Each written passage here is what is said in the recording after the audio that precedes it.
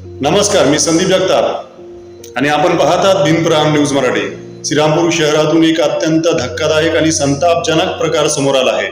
ज्या पाण्यावर संपूर्ण शहर जगतं त्याच पाण्याशी थेट खेळ केला जात असल्याचं चित्र आता समोर आलं आहे। सर्वप्रथम समाज माध्यमांवर एक व्हिडिओ व्हायरल झाला ज्यामध्ये शहराच्या पिण्याच्या पाण्याच्या तलावात थेट बाथरूम आणि संडासचं सांडपाणी सोडलं जात असल्याचं स्पष्टपणे दिसतं। या व्हिडिओनंतर श्रीरामपूर शहरात एकच खळबळ उडाली आणि अखेर नगर परिषदेची यंत्रणा खडबडून जागी झाली।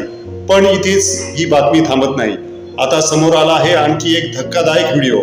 शहरासाठी जीवनवाहिनी असलेल्या गोंदवणी रोडवरील पाटाच्या कॅनलमध्ये काही चिकन दुकानदारांकडून चिकनची घाण थेट पाण्यात टाकली जात असल्याचं या व्हिडिओमध्ये दिसून येत आहे।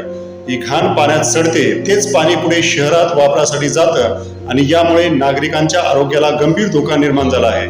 संसर्गजन्य आजार पसरण्याची भीतीही आता व्यक्त केली जात आहे।